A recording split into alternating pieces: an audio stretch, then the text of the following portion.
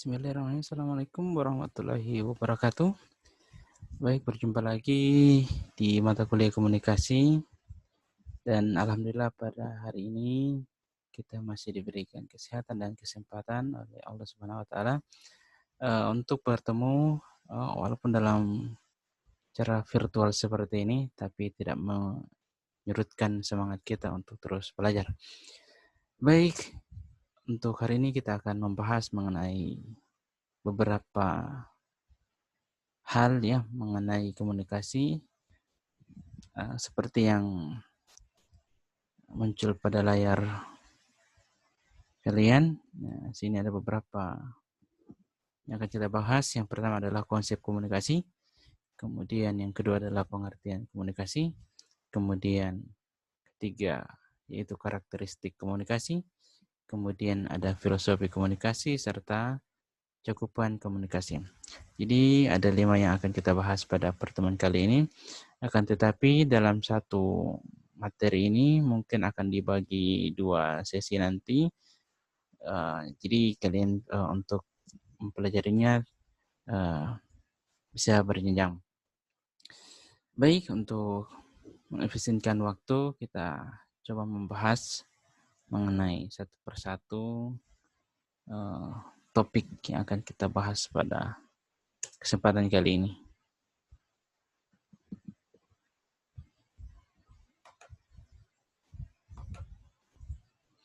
Nah, untuk konsep komunikasi, di sini ada berbicara itu mudah, tetapi komunikasi yang baik belum tentu demikian. Berbicara belum menjamin apa yang dibicarakan dapat sampai kepada yang diharapkan. Nah, ini kadang biasa terjadi pada kehidupan kita sehari-hari. Salah satu contohnya apabila kita menyampaikan sesuatu hal yang baik, kadang ditanggapi kurang baik oleh pendengar. Nah, itu salah satu contohnya. Nah, kemudian perlu adanya komunikasi yang baik antara pemberi pesan atau komunikator. Nah, ini pemberi pesan ini disebut dengan komunikator. Nah, sedangkan untuk penerima pesan adalah komunikan. Jadi perlu adanya komunikasi yang baik antara pemberi pesan atau komunikator dan penerima pesan atau komunikan dengan bahasa yang baik pula. Sehingga tercipta situasi komunikasi yang serasi, saling pengertian dan memahami. Kemudian terkadang komunikasi yang berlangsung tidak tercapai pada sasaran apa yang dikomunikasikan. Ya memang ini sering terjadi di kehidupan sehari-hari. Nah, yang berikutnya banyak rintangan dalam berkomunikasi, baik yang bersifat fisik, individual, bahasa sampai pada perbedaan arti. Nah, rintangan ini salah satunya adalah bersifat fisik. Nah, ini apabila ada seseorang berbicara tanpa jelas, contohnya penyebutan huruf atau saat berbicara kadang kurang sempurna seperti itu. Individual, bahasa sampai pada perbedaan arti. Nah, untuk individual ini sendiri kadang tergantung dari masing-masing orang. Nah, seperti itu. Kemudian bahasa sampai perbedaan arti. Nah, bahasa kadang ada bahasa daerah yang contohnya baik di daerah bahasa daerah tersebut tersebut, yang lain. Kemudian ada juga bahasa yang sama tapi artinya yang berbeda dengan bahasa yang lain. Seperti itu. Nah, kemudian manusia sebagai makhluk hidup, individu maupun makhluk sosial, memiliki dorong ingin tahu, ingin maju dan berkembang. Salah satunya sasarannya adalah berkomunikasi. Jadi memang manusia itu adalah makhluk sosial, memiliki rasa dorong ingin tahu, ingin maju serta berkembang.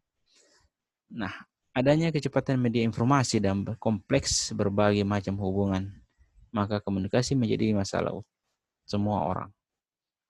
Nah, seperti sekarang berbagai bidang teknologi yang sudah makin canggih, komunikasi itu sudah makin kompleks dan semakin mudah digunakan. Nah, komunikasi adalah inti semua hubungan sosial. Nah, jelas ini sudah karena hubungan sosial pasti didorong dengan komunikasi. Kenapa demikian? Kalau tidak berkomunikasi, maka hubungan sosial kemungkinan tidak akan jalan. Nah, secara sederhana, komunikasi dapat terjadi apabila ada kesamaan antara penyampaian pesan dan orang yang menerima pesan. Nah, nanti sebentar akan ada video contohnya dari komunikasi yang disampaikan ini terjadi apabila ada kesamaan antara penyampaian pesan dan orang yang menerima pesan. Nah, nanti video sebentar ini malahan kebalikannya. Manusia berkomunikasi untuk membagi pengetahuan dan pengalaman. Nah, ini pastinya sudah ini terjadi. Ini bisa kita saksikan, bisa kita lihat pada setiap perkuliahan. Jadi membagi pengetahuan dan pengalaman antara mahasiswa satu dengan yang lain, antara dosen dan mahasiswa, dan antara siapa saja. Melalui komunikasi, sikap dan perasaan seseorang atau sekelompok orang dapat dipahami oleh pihak lain.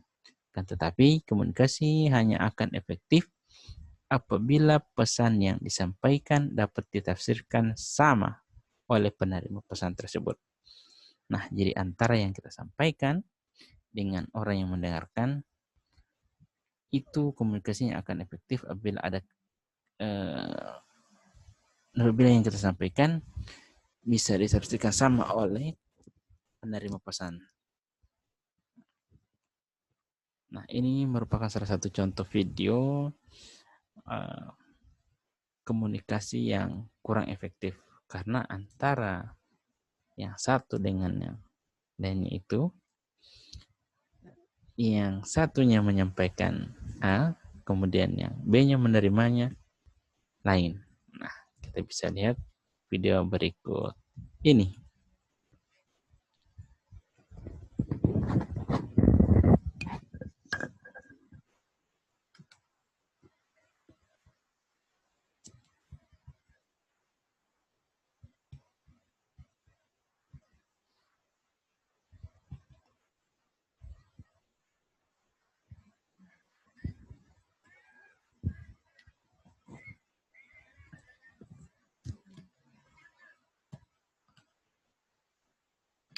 Alifan.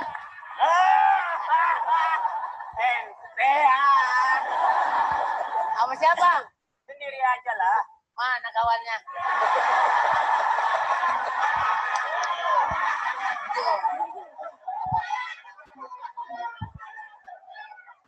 Biasanya saya kan dikawal dengan hansip dan sebagainya.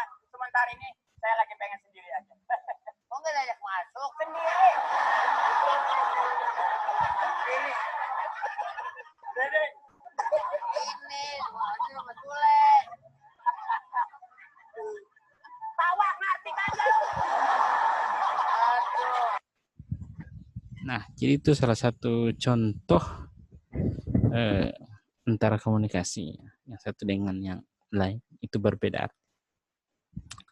Jadi semoga video tadi bisa menggambarkan komunikasi yang baik dengan yang tidak. Semoga bisa terhibur ya. Kemudian kita masuk di pengertian komunikasi.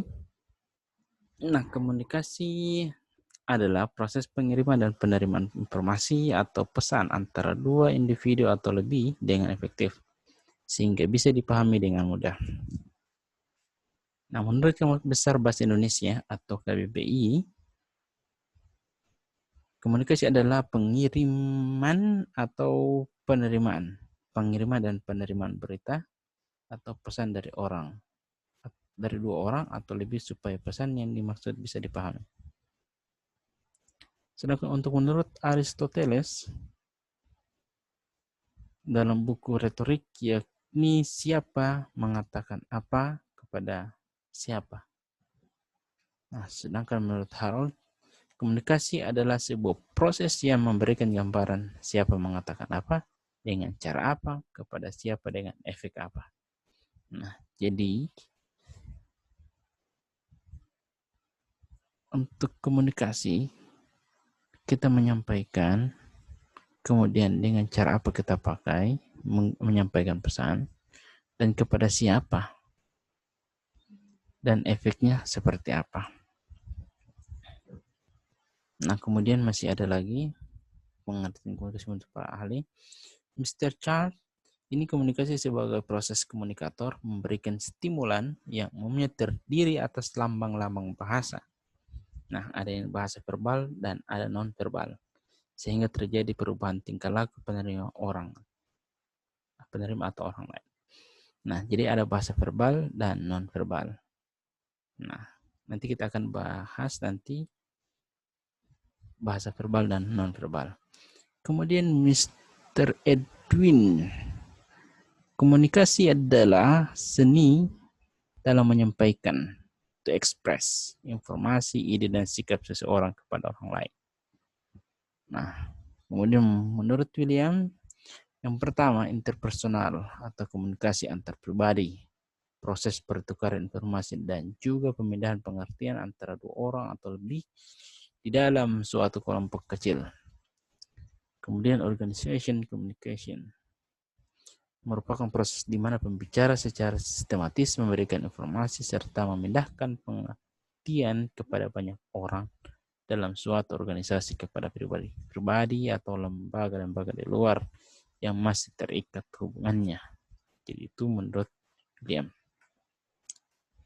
Nah, komunikasi adalah suatu proses menyampaikan informasi, pesan, ide, ataupun gagasan dari suatu pihak kepada pihak lain. Komunikasi dilakukan secara lisan atau verbal yang dapat dimengerti oleh kedua belah pihak. Nah, ini komunikasi non-verbal, yang verbal maupun komunikasi non-verbal. Nah, saya minta untuk kalian untuk menyimak dan memberikan contoh ini sebagai bekal tugas untuk kalian melihat materi ini. Jadi contoh dari komunikasi verbal, pengertian dari komunikasi verbal, kemudian contoh komunikasi verbal. Nah, seperti ini. Nah, kemudian yang terakhir tugasnya kalian adalah melihat gambar icon ini, apa maksudnya. Berikan contoh untuk gambar yang pertama ini adalah arti melambangkan dia sedang sedih. Kemudian kedua, ketiga, 4, 5, 6, dan 7 sebagai tugas kalian untuk apa maksud dari gambar ketujuh ini. Baik, demikian perkuliahan hari ini. Lebih kurang mohon maaf, nanti kita akan lanjut pada pertemuan berikutnya. Assalamualaikum warahmatullahi wabarakatuh.